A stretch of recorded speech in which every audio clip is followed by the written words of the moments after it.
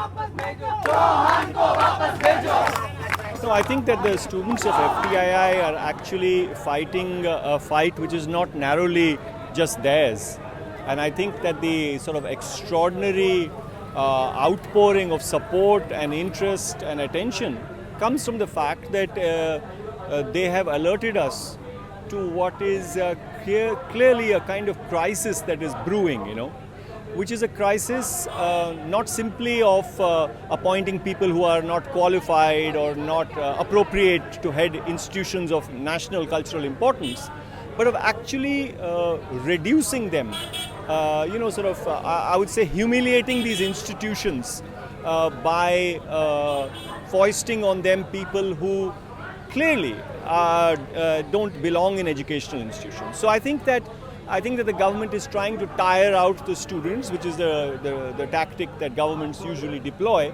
But I don't think they realize that more than the FTII, this is having repercussions across, not just amongst students of film or filmmakers, but the general public is also beginning to become aware of the fact that there is a clear and sort of well thought out attempt to really destroy institutions of public learning, and this includes the IITs and the IIMs and the universities. So I think this is a crisis in education which it's fallen to the lot of the FTII students to kind of pick up the banner, right?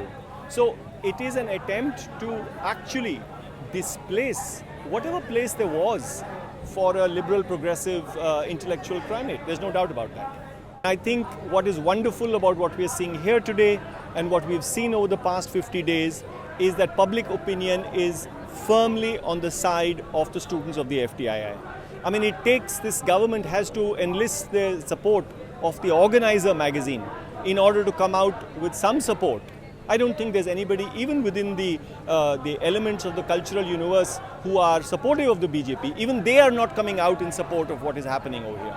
So I think that I think this is a terrible miscalculation that this government has made.